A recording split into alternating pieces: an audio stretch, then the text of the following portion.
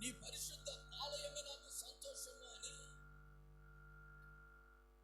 ఈ కీర్తనకారుడు, ఈ భక్తుడు ఏం చేస్తున్నాడంటే దేవుని మందిర ఆవరణ గడప దగ్గర బ్రతకాలని కోరుకుంటున్నాడు.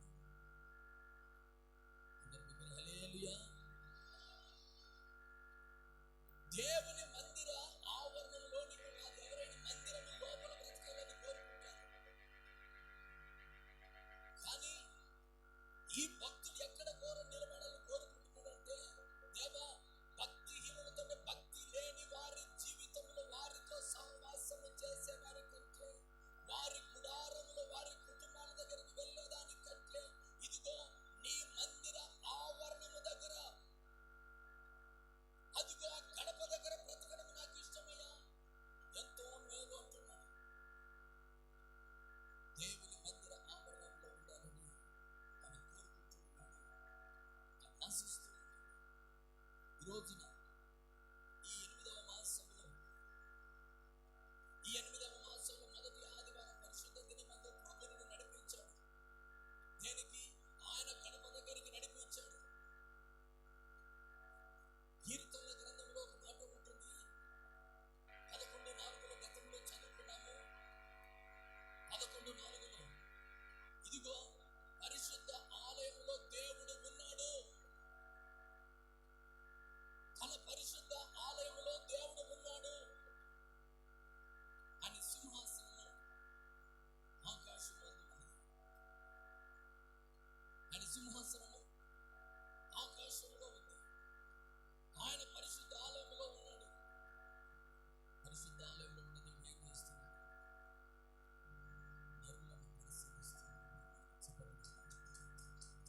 బిగ్గరగా కొడదాం. నరులను పరిశీలిస్తూ ఉన్నాడు.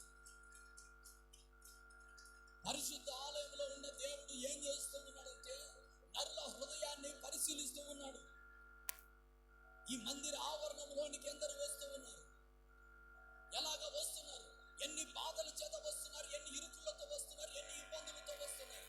ఎన్ని ఆటంకాలతో మధ్యలో వస్తున్నారు అని పరిశుద్ధ ఆ దేవదూతలు ఉన్న ఆ దేవుడు పరిశుద్ధ స్థలాన్ని విడిచిపెట్టి పరిశుద్ధ ఆలయంలోనికి, పరిశుద్ధమైన దేవుడు నిలిచి ఉన్నాడు. దేవుని మందిరంలో ఉన్నాడు.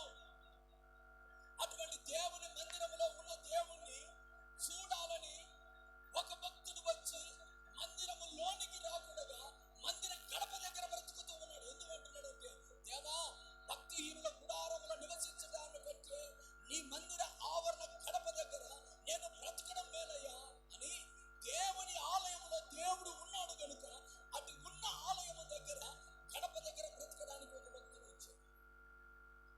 వచ్చిన దేవుడు నరులను పరిశీలించి దేవుడు ఉన్నాడని, ఎన్ని బాధలతో వచ్చారో, ఎన్ని ఇబ్బందులతో వచ్చారో, ఎన్ని ఇరుకులతో వచ్చారో, ఈ రోజున నీ గుండెల్లో ఉన్న బాధను నా ప్రభు పసిగడుతూ ఉన్నాడు.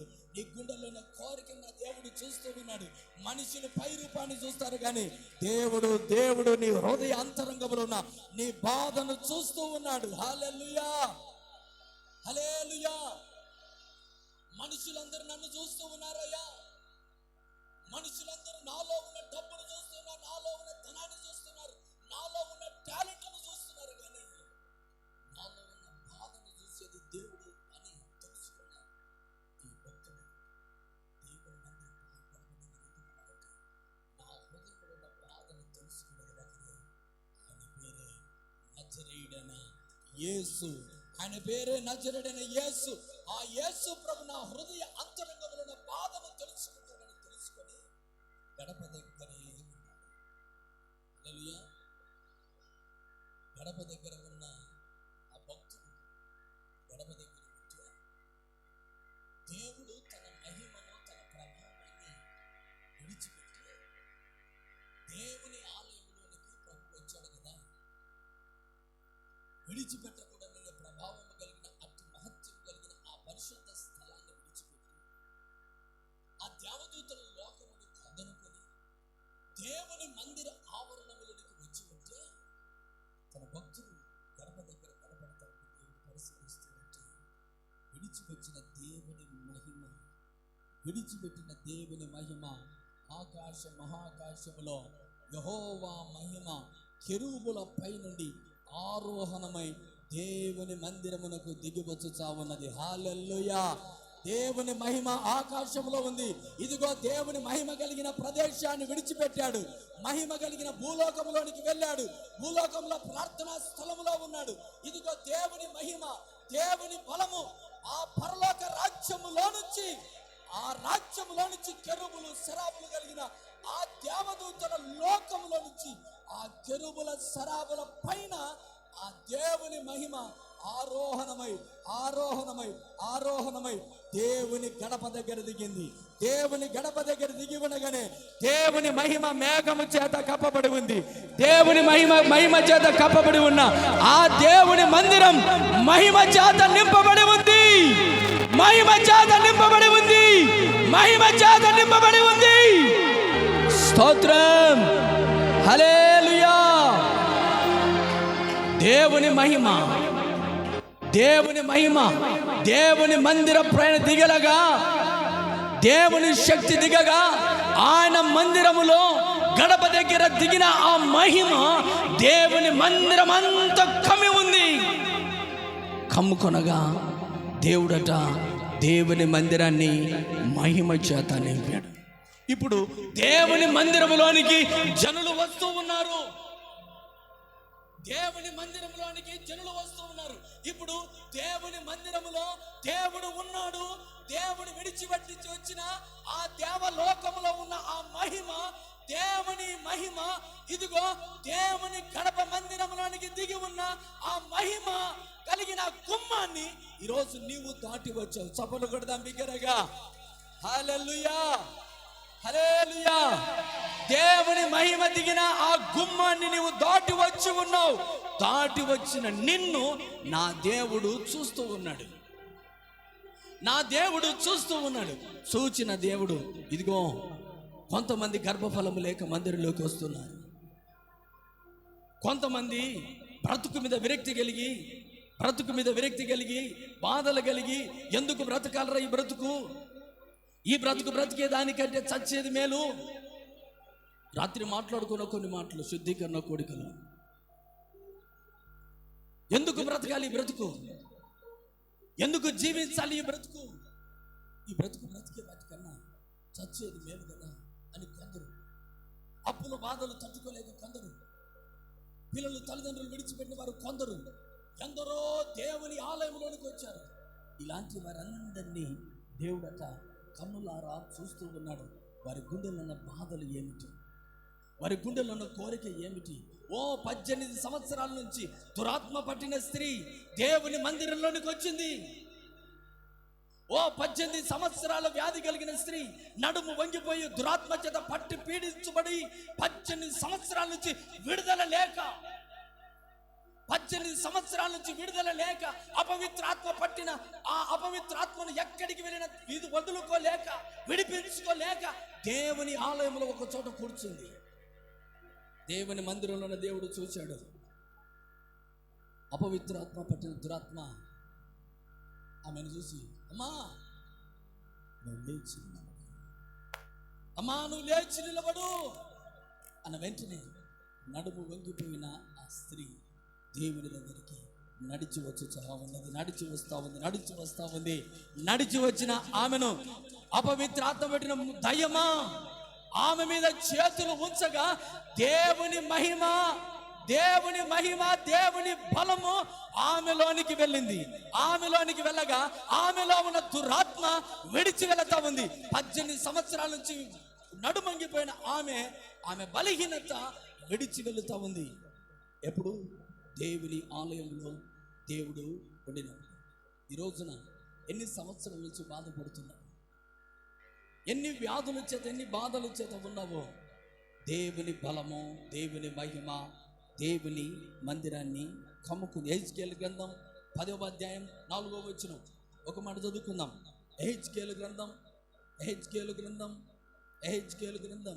10వ అధ్యాయం 4వ వచనం. యెహోవా మహిమ కెరూబుల పై నుండి ఆరోహణమై మందిర గడప దగ్గర దిగి నిలిచెను. మరియు మందిరము మేఘముతో నిండెను, ఆవరణమును తేజో మహిమ చేత మందిరము నింపబడింది. ఈరోజున అటువంటి మందిరంలోనికి ఎన్ని సంవత్సరాల బాధలతో, ఎన్ని సంవత్సరాల వ్యాధుల చేత, ఎన్ని సంవత్సరాల సాతాన కట్ల చేత ఉన్న దేవుడు అంటున్నాడు, వాటిలోని విడిపించడానికి దేవుని మహిమ, దేవుడు ఎక్కడ దిగిందంటే దేవుని మందిరంలో దిగింది. దేవుని మందిరంలో దిగింది. దేవుని మందిరంలో అయ్యా, ఆనాడంటే యేసు ప్రభు తిరిగాడు. ఆ రోజులు యేసు ప్రభు తిరిగాడు, దేవుని మందిరంలో ఉన్నాడు, దేవుడు మనతో కూడా ఉన్నాడు. అయితే ఈరోజు యేసు ప్రభు మన మధ్యలో లేడు కదా. దేవుడు ఆ స్వరూపం లేదు కదా. ఆయన మానవులు పాపలందరి కొరకు ప్రాణం పెట్టి చనిపోయి మృత్యుంజయుడై 3వ రోజు తిరిగి లేచి తండ్రి కుడి పార్శ్వంలో విజ్ఞాపన చేస్తూ ఉన్నాడు కదా. ఆయన లేడు కదా. ఈ రోజు నాకు బాగలేదు, నాకు బలహీనత కలిగింది, నేను దేవుని మందిరంలోనికి వచ్చాను, నా బాధలు దేవుడు చూస్తూ ఉన్నాడు, నన్ను బాగు చేస్తాను.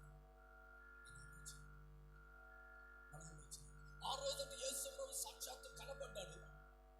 కనబడి ఆయన మందిరం నిలబడగా దేవుని మహిమ దేవుని మందిరంలో దిగి ఉంది. ఆ రోజున బాగుపడ్డారు. మరి ఈ రోజున నేనేం చేయాలి? యెషయా గ్రంథం 6వ అధ్యాయం మొదటి వచనం చదువుకుందాం. యెషయా గ్రంథం 6వ అధ్యాయం. దేవుడు లేడు కదా. సంవత్సరం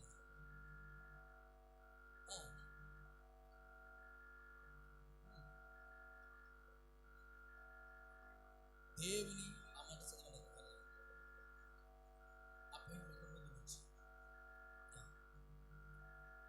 అత్యున్నతమైన సింహాసనమునందు ప్రభు ఆసీనుడై ఉండగా నేను ఒక దర్శనము చూస్తా ఉన్నాను.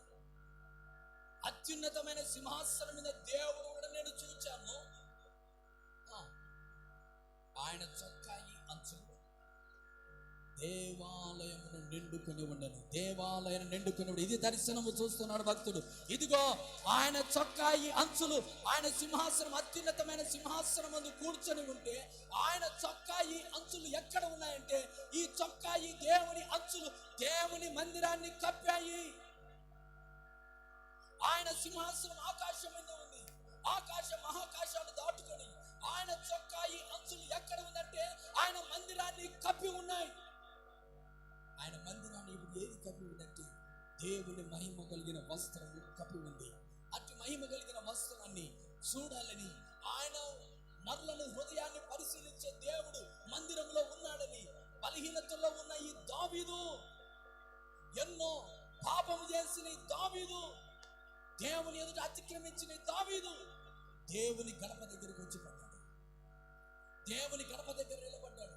దేవుని గడప దగ్గర నిలబడి, దేవా నీ పాపాత్మను క్షమించు, నీ మందిర ఆవరణంలోనికి రావాలని ఉంది, అయితే నీ బలమును నీ ప్రభావమును చూడాలని ఆశ ఉంది. హల్లెలూయా. నీ బలమును నీ ప్రభావమును చూడాలని ఆశ ఉందయ్యా అన్నప్పుడు దేవుడు మహిమ కలిగిన ఆ మందిరంలో నిలిచిన దేవుని ప్రభావం ఈ రోజున యేసు ప్రభు వస్త్రములలో దేవుని మహిమ కప్పబడి ఉంది. ఒక ముక్క మాట చదువుదాము. మార్కు సువార్త 5:28. మార్కు సువార్త 5:28. ప్రభు బల్లారాధన గనుక, ప్రభు బల్లారాధన.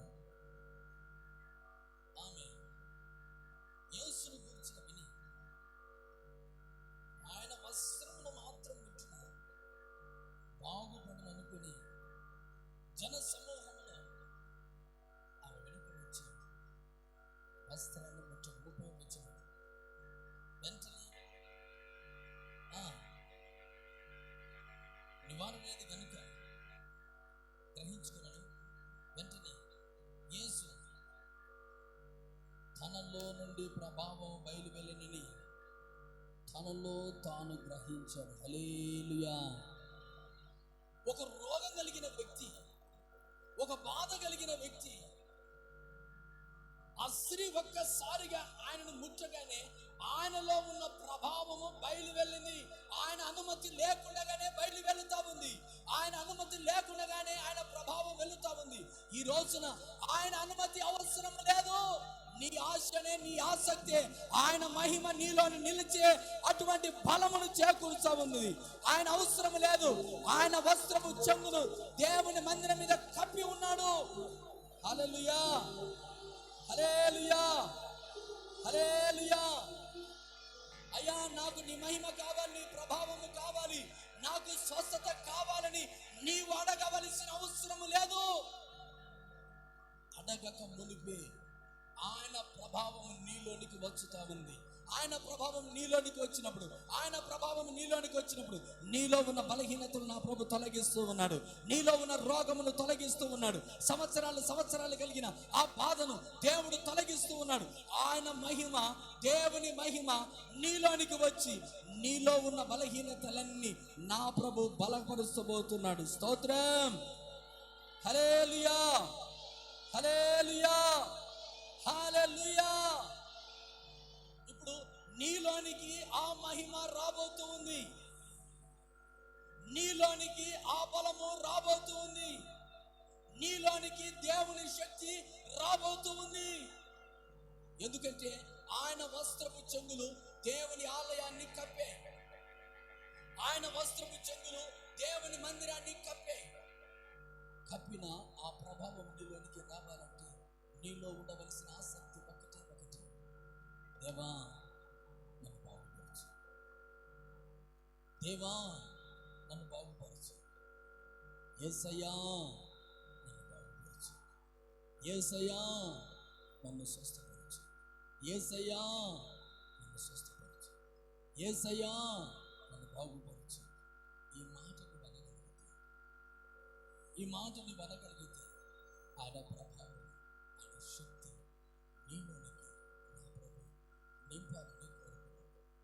ఈ రోజున ఈ మాటలు విన్న దేవుని ప్రేమికులారా, దేవుని మందిరంలోకి వచ్చారు. ఏ ఆసక్తితో వచ్చారు? ఏ కోరికతో వచ్చారు? ఏమి కావాలని వచ్చారు? ఆయనకు తెలియదు అని నీవు అనుకోవద్దు.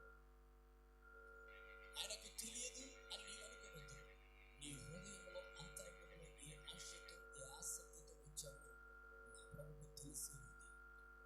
తెలిసిన ఆ దేవుడికి నీవు నమ్మగలిగితే, యేసు ప్రభు నిజమైన దేవుడు అని నువ్వు నమ్మగలిగితే, నమ్మిన వానికి మెండైన దీవెనలు. చెప్పండి కొడదాం, నమ్మిన వానికి మెండైన దీవెనలు. నమ్మకము లేని వారికి కాదు, నమ్మకము లేని వారికి కాదు, నమ్మిన వారికి మెండైన దీవెనలు నీకు కుమ్మరించబడతాయి, నీకు కుమ్మరించబడతాయి, నీకు కుమ్మరించబడతాయి. కీర్తనలో 68వ కీర్తన 35వ వచనం ఒక మాట చదువు. 68వ కీర్తన 38వ వచనం. తన పరిశుద్ధ స్థలములో దేవుడు తన ప్రజలకు బలము పరాక్రమమును అనుగ్రహించుచు. దేవుడు ఏమంటారు? దేవుడు తన బిడ్డలకు ఏం చేస్తాడు? బలము కలుగజేస్తాడు.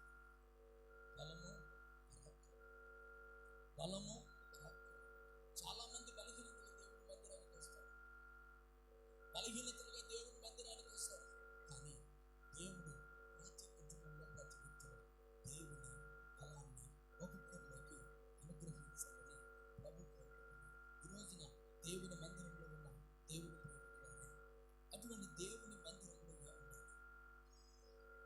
ఒక మాట, దేవుని మందిరంలో ఏముండాలి? దేవుని ఆలయంలో ఏమి ఉంటే దేవుని మహిమ నిలిచి ఉంటుంది? దేవుని మందిరములో, దేవుని ఆలయంలో ఏమి ఉంటే నిలిచి ఉంటుంది? లూకాసు వార్త 24:53. లూకాసు వార్త చదవండి. ఏ మందిరములో? లూకాసు వార్త 20. లూకాసు వార్త చదవండి. లూకాసు వార్త 24:53. ఎడతెగక దేవాలయంలో ఉండి దేవునికి స్తోత్రము చేయుచున్నారు. దేవునికి ఏమి వినపడాలి? ఏమి వినపడాలి దేవుని సన్నిధిలో? స్తోత్రం. అందుకే స్తోత్ర ప్రార్థన దేవుని ఆలయంలో దేవుని ఆలయంలో ఏం వినపడాలంటే స్తోత్రం స్తోత్రం స్తోత్రం స్తోత్రం. ఎక్కడ? దేవుని దేవుని ఆలయంలో ఏం వినపడాలంటే ఎడతెగని స్తోత్ర ప్రార్థనలు వినపడాలి. ఎడతెగక స్తోత్ర ప్రార్థనలు వినపడాలి. అటువంటి ప్రార్థనా మందిరములు. అలాగే అపోస్తల కార్యములు 22వ అధ్యాయం 17వ వచనం, 22వ అధ్యాయం 17వ వచనం, అంతటా నేను యెరూషలేమునకు తిరిగి వచ్చి దేవాలయములో ప్రార్థన చేయుచుండగా పరవశుడనై ప్రభువును చూచితిని. హల్లెలూయా. ఎప్పుడైతే దేవుని ప్రార్థనలు జరుగుతున్న అటువంటి మందిరములో, ఎల్లప్పుడూ దేవుని ప్రార్థనలు జరుగుతున్న అటువంటి ప్రార్థనా మందిరములో దేవుని మహిమ నిలిచి ఉంటుంది. దేవుని మహిమ నిలిచి ఉంటుంది. దేవుడు నిలిచి ఉంటాడు. అటువంటి దేవాలయంలోనికి ఎంతమంది వచ్చినా ఆ దేవుని దర్శనము చూచుదురుగాక. హల్లెలూయా హల్లెలూయా. ఎల్లప్పుడూ స్తోత్ర ప్రార్థన జరుగుతున్నటువంటి ప్రార్థనా మందిరములో, ఎటువంటి ఎల్లప్పుడూ ఉపవాస ప్రార్థనలు జరుగుతున్నటువంటి మందిరములో, ఎల్లప్పుడూ కన్నీళ్లు గారుస్తున్న దైవజనులు ఉన్నటువంటి మందిరములో ఏముంటుందంటే దైవ దర్శనం ఉంటుంది. దైవ దర్శనం ఉంటుంది. దైవ దర్శనం ఉంటుంది. అంటే ఈ మందిరంలోనికి వచ్చి నువ్వు పడుకున్నా, ఎంతో మంది ఈ మందిరంలోనికి వచ్చి అయ్యా మాకు బాధలు కలుగుతున్నాయి, మాకు శ్రమలు కలుగుతున్నాయి, మాకు ఇరుకులు కలుగుతున్నాయి, కుటుంబంలో బాధలు కలుగుతున్నాయని ఎంతో మంది ఈ మందిరంలో నిద్రించిన వారు ఉన్నారు. ఉపవాస ప్రార్థనలు ఉంటూ దేవుని మందిరంలో నివాసము చేస్తున్నప్పుడు దైవ దర్శనములు కలిగి, ఇదిగో నీ పొలంలో పలానా చోట్ల నీళ్ళున్నాయి, హల్లెలూయా. దైవ దర్శనం. నీ పొలంలో పలానా చోట్ల నీళ్ళున్నాయి మాట అన్నప్పుడు ఏ వ్యక్తైనా కలలో కనపడిన మాటను నమ్మి వెళ్ళి బోరేసుకోగలరా?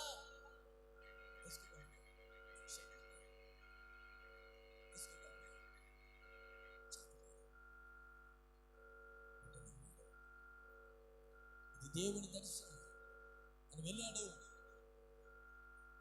దేవుని దర్శనమును వెళ్ళాడు.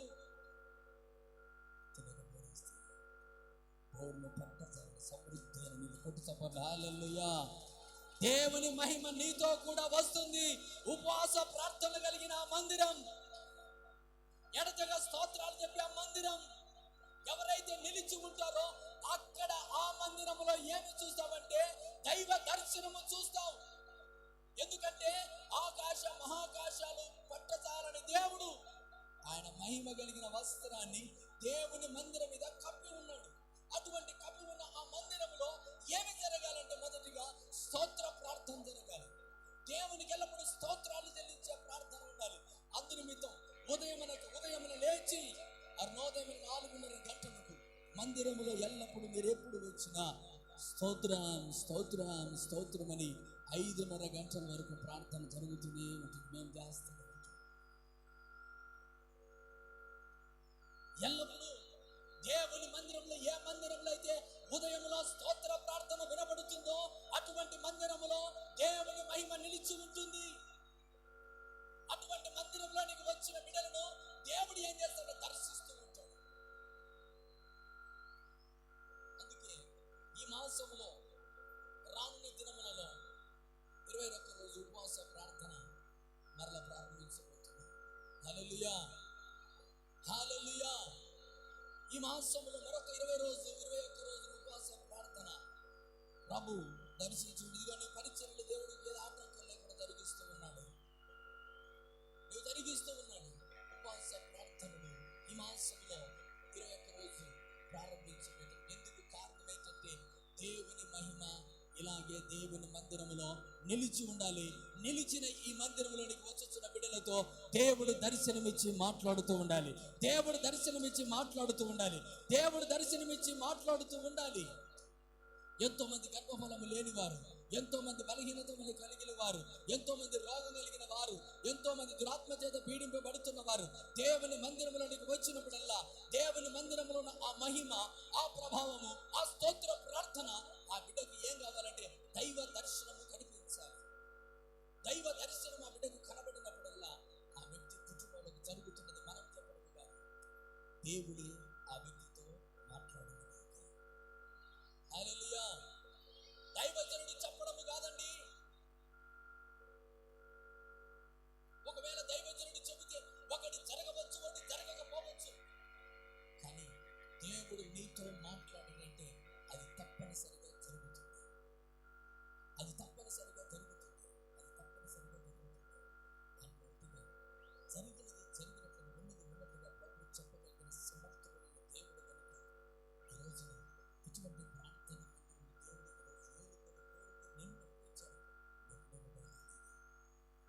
ఈ వర్తమానం వినడానికి దేవుడే నడిపించాడు. ఇష్టంగా నాకు వినిపించాడు. దేవుని మందిరంలో స్తోత్రం దైవ దర్శనం. అందుకే ఇదిగో యెరూషలేమునకు వచ్చి దేవాలయంలో ప్రార్థన చేయించబడి పరమేశ్వరుని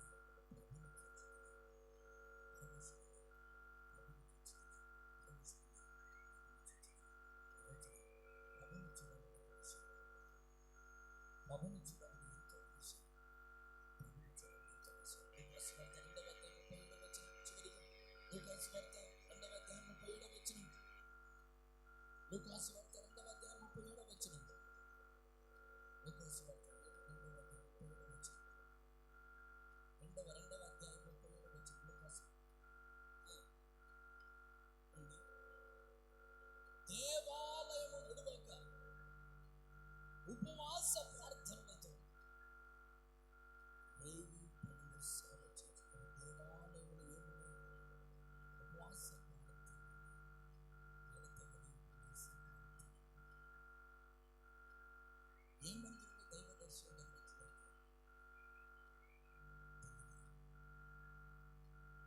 ఏ మందిరంలో దైవ దర్శనం కలుగుతుంది? ఏ మందిరంలో దేవుని ఆత్మ నిలిచి ఉంటుంది? ఏ మందిరంలో దేవుని ప్రభావం నిలిచి ఉంటుంది? ఏ మందిరంలో బలహీనత కలిగిన వారికి విడుదల కలిగి ఉంటుంది అంటే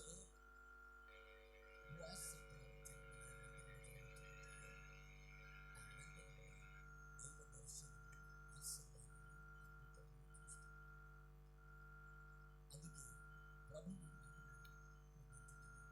ఈ మందిరంలో 21వ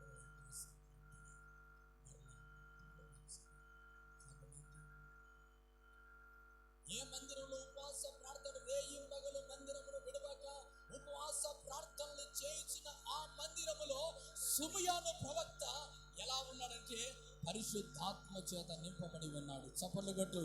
రేయింబగలు రేయింబగలు రేయింబగలు రేయింబగలు రేయింబగలు రేయింబగలు రేయింబగలు రేయింబగలు ఉపవాస ప్రార్థన జరుగుతున్న ఆ మందిరములో, ఉపవాస ప్రార్థన కలిగిన ఆ మందిరములో దైవజనుడు ఎవరంటే సుమయాను ప్రవక్త. ఆ ప్రవక్తతో పరిశుద్ధాత్మ దేవుడు మాట్లాడుతున్నాడు. ఇదిగో దేవుడు చూచునంత వరకు నీవు బ్రతికి ఉంటావు, నీవు బ్రతికి ఉంటావు, నీవు బ్రతికి ఉంటావు. ఎప్పుడు చనిపోయేది కూడా సుమయాను ప్రవక్తకు చెప్పగలిగి ఉన్నాడు. దైవ దర్శనం ఎల్లప్పుడూ ఉపవాస ప్రార్థన కలిగిన మందిరంలో నీవు ఎన్ని రోజులు బ్రతకగలవో చెప్పగలిగిన బలము ఉంటుంది మందిరములో. రోజున నీకు జరిగేది జరగబోయేది పరిశుద్ధాత్మ దేవుడు నీకు వివరించాలి అంటే దేవుని మందిరంలో స్తోత్ర ప్రార్థన ఉండాలి. దేవుని మందిరం ఉపవాస ప్రార్థన ఉండాలి.